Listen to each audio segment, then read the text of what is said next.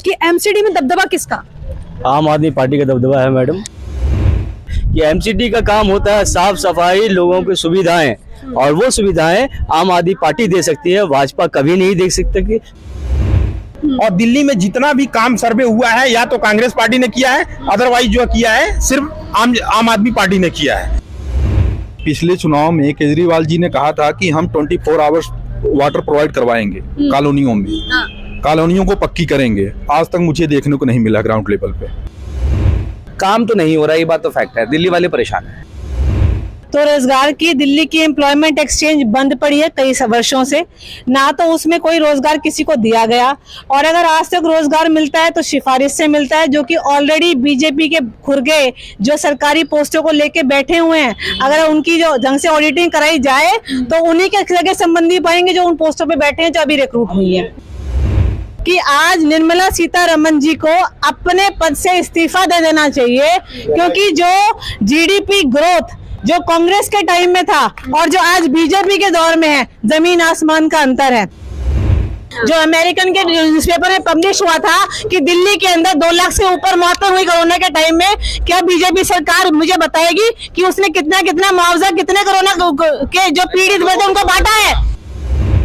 आप केरला का हाल देखो, आप बिहार का हाल देखो, आप यूपी का हाल देखो, जहाँ माइग्रेंट्स गए थे, आज को डेथ सर्टिफिकेट आज तक इशू नहीं करे बीजेपी ने कि कितनी मौतें हुई है कोरोना की दिल्ली में।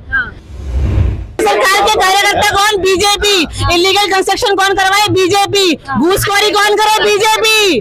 देश का बेड़ा गर्क करा बीजेपी ने, एजुकेशन का भट्टा गर्क कर दिया। अमित शाह जी जो सूटकेस लेके पार्टी को खरीदने पहुंचते हैं, वो कभी उनके अकाउंट से किसी ने ऑडिटिंग कराई है कि इतना पैसा बीजेपी में कहां से आया है?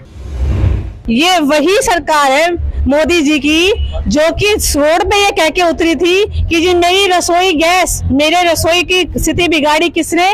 कांग्रेस ने। आज मैं कांग्रेस की कार्यकर्ता होकर बीजेपी को खुलेआम चुनौती देती हूँ, क्या बीजेपी सरकार मुझे बताएगी कि उसने कितना मुआवजा कितने कोरोना के जो पीड़ित हुए थे उनको बांटा है? हमें बताया जाए कि दिल्ली की जो जनसंख्या है कितनी मौतें हुई। सरकार के कार्यकर्ता कौन? बीजेपी। इलीगल कंस्ट्रक्शन कौन करवाए? बीजेपी। घूसखोरी कौन करे? बीजेपी। मनीष सिसोदिया ने करोड़ों घोटाला करा एजुकेशन डिपार्टमेंट में, कोई ऑडिटिंग नहीं। वजह ये कि आम आदमी पार्टी ने जो आम लोगों के लिए किया है, बिजली मुफ्त, पानी मुफ्त और भी तमाम काम जो है ऐसे हैं इसी का। यहाँ दिल्ली में, दिल्ली प्रदेश में आम आदमी पार्टी का ही एमसीडी में विजय घोषित है, क्योंकि दिल्ली प्रदेश के लिए जो भी कुछ काम किया है या तो कांग्रेस ने किया या तो आम आदमी पार्टी कर। आम आदमी 60%, क्योंकि स्कूल, आज दिल्ली के स्कूल देख लो और हॉस्पिटल देख लो, दोनों चीज पूरे देश में कंपेयर कर लो। आम आदमी 60% जीतेगी, बीजेपी 0 हो जाएगी, 0। दिल्ली सरकार से दिल्ली के लोग काफी नाराज हैं, तो वो इस बार भी भाजपा को ही मौका देंगे। 50-50 की लड़ाई है, आधे आधे पे रहेगी, कुछ भी हो सकता है, कोई भी पार्टी जीत सकती है। केजरीवाल ही आइडियोलॉजी सपोर्ट करा 100%। और आज मैं कहता हूं सबके सामने कि केजरीवाल इस इलेक्शन में 60% अकेला लेगा, 40% में सभी लोग होंगे।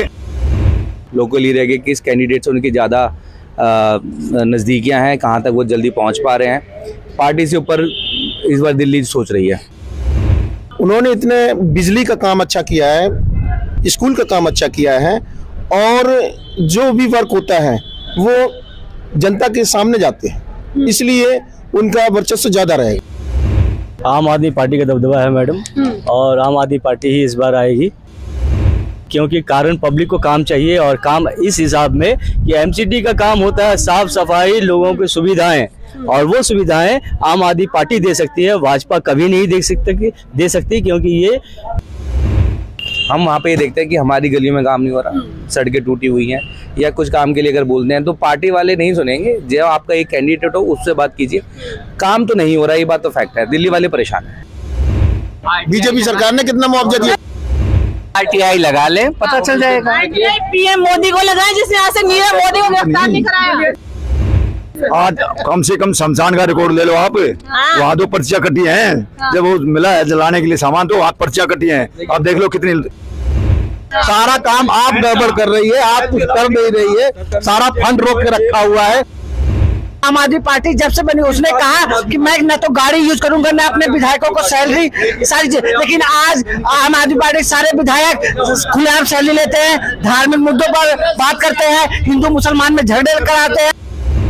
कि उन्होंने बीजेपी को हरा करके कभी नहीं आया, जहां भी हो चाहे पंजाब में हो, कांग्रेस को हरा करके आया है। भाजपा जो भी काम कर रही है इसके काम करने में थोड़ी सी कमी है, जिस वजह से लोग इस बार नाराज हैं। तो जिस कॉलोनी में आज से 7 साल पहले जब आम आदमी पार्टी आई थी, जो काम वहां स्टार्ट हुआ था, आज 7-8 साल के बाद भी वही काम चल रहा है। जो दिल्ली के अंदर कूड़े के पहाड़ इकट्ठे हो रहे हैं और जो दिल्ली वासियों के कष्ट हैं, वो दिल्ली वासी जो लोकल कष्ट हैं वो एमसीडी से ही दूर होंगे। दिल्ली में केजरीवाल ने कहा भी हम डोर टू डोर राशन पहुंचाएंगे, क्या बुरा था इसमें? एलजी क्यों नहीं अलाउड किया? क्योंकि मोदी ने मना कर दिया। सारी की सारी जनता बीजेपी के विरुद्ध है, क्योंकि बीजेपी ने ना तो कोई महिलाओं के मुद्दे पे कभी कोई बात करी, इतने रेप केसेस होते हैं, ना वुमेन डेवलपमेंट की बात करते हैं, ना एजुकेशन के लिए गवर्नमेंट स्कूल और कोई विकसित करे हो तो मुझे बता दें, कोई एजुकेशन में कोई नई पॉलिसी लेके आए हो गरीब रोजगार बेरोजगार बच्चों के लिए तो मुझे बता दें, कोई बिजली के लिए सब्सिडी के लिए जब केजरीवाल जी ने ऑफर दिया कि जी मैं एक नंबर दे रहा हूँ, उस पर कॉल कीजिए, सब्सिडी पाइए। जो बंदे जो आज जो 50% पब्लिक जो इलिटरेट है, जिनके पास फोन भी उपलब्ध नहीं है, जो बाहर से आते हैं, क्या केजरीवाल ने उनको बिजली दी या उनको सब्सिडी दी? मैंने मुद्दे बता दिए, भाजपा से नाराजगी की और आम आदमी पार्टी से नाराजगी की। आपको क्या लगता है दिल्ली का क्या हाल है एमसीडी चुनाव? कोई भी चीज फ्री नहीं है, हमें फ्री नहीं चाहिए, हमें डिसिप्लिन चाहिए। आम आदमी पार्टी ने लॉलीपॉप शुरू में लोगों को दिखा दिया, फ्री बिजली, फ्री आपको पानी, लेकिन ग्राउंड लेवल पे देखा जाए तो जिस कॉलोनी में आज से 7 साल पहले जब आम आदमी पार्टी आई थी, जो काम वहां स्टार्ट हुआ था, आज 7-8 साल के बाद भी वही काम चल रहा है। ये जो जैसे कह रहे हैं बीजेपी के लॉलीपॉप दिखा रहे हैं केजरीवाल, अगर लॉलीपॉप दिखा रहे हैं तो जो 300 यूनिट तक बिजली फ्री आ रही है, लोगों का बिल अभी तक भी 0 आ रहा है, 300 यूनिट तक पानी फ्री आ रहा है, फिर ये कहाँ से आ रहा है? ये तो मतलब अगर ऐसे कर रहा है फिर तो गलत बात है। ये आम आदमी पार्टी की बात कर रहा हूं, जो कि भ्रष्टाचार का मुद्दा उठा करके सत्ता को पाया है, आज भ्रष्टाचार पर कुछ बोलने को तैयार ही नहीं है। ये बात 100% सच है। आम आदमी पार्टी आए दिन पैसे लेकर के, और यहाँ तक कि दिल्ली में शराब घोटाला करके मनीष सिसोदिया आगे रख करके उन्होंने पंजाब में भी चुनाव जीता पैसे के दम पर। पूरी आम आदमी पार्टी करप्ट है, और सत्येंद्र जैन तिहाड़ जेल में भी मसाज करवा रहे हैं, मनीष सिसोदिया इस्तीफा नहीं देते हैं, और अरविंद केजरीवाल सपोर्ट कर। अरविंद केजरीवाल अच्छे लोगों को अपनी पार्टी से कर, सबसे पहले अन्ना हजारे, फिर कुमार विश्वास, आए दिन ऐसे लोगों को साइड करते।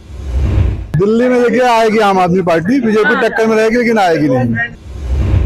पलड़ा जल्दी बता दीजिए, दोनों में से किसका? आम आदमी पार्टी। आम आदमी पार्टी। बीजेपी हैट्रिक बनाई है, चौथी बार भी जीतेगी, और केजरीवाल का पर्दाफाश हो चुका है। मैडम आम आदमी पार्टी आएगी।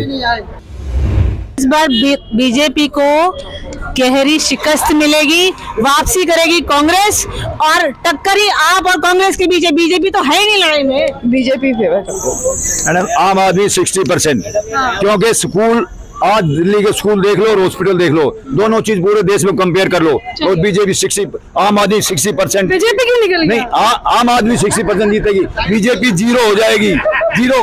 आपको क्या लगता है? दिल्ली सरकार से दिल्ली के लोग काफी नाराज हैं, तो वो इस बार भी भाजपा को ही मौका देंगे। ऐसा है 50-50 की लड़ाई है, आधे आधे पे रहेगी, कुछ भी हो सकता है, कोई भी पार्टी जीत सकती है। चलिए 50-50 का खेल है, या 100% का है, या 60-40 का रेशो है, या फिर 30-70 का रेशो होगा, ये हम परिणाम वाले दिन तय करेंगे। और ये भी अब देखना दिलचस्प होने वाला है कि परिणाम किसके खाते में जाके गिरता है, क्योंकि जिस तरीके की स्थिति अभी बनती हुई नजर आ रही है एमसीडी चुनावों में, ऐसे में अब लोग सोचने में मजबूर है कि पिछले 15 सालों में एमसीडी में भाजपा का दबदबा रहा तो उन्होंने क्या किया, क्या यही मुद्दे उनको आने वाले समय में जिताने के लिए काफी हो गए, या फिर अरविंद केजरीवाल का जो सबसे जरूरी मुद्दा है, जिसमें वो शिक्षा, चिकित्सा, विकास, पानी के मुद्दों पर बात करते हैं, क्या वो मुद्दे काम आएंगे, ये देखना दिलचस्प होगा। फिलहाल एमसीडी के दंगल कार्यक्रम का समापन यही करती हूँ, फिर नई क्षेत्र से नई जगह से आपके बीच फिर रूबरू होगी, और समझने की कोशिश करेंगे वहां के लोगों से कि क्या है वहां के स्थानीय मुद्दे।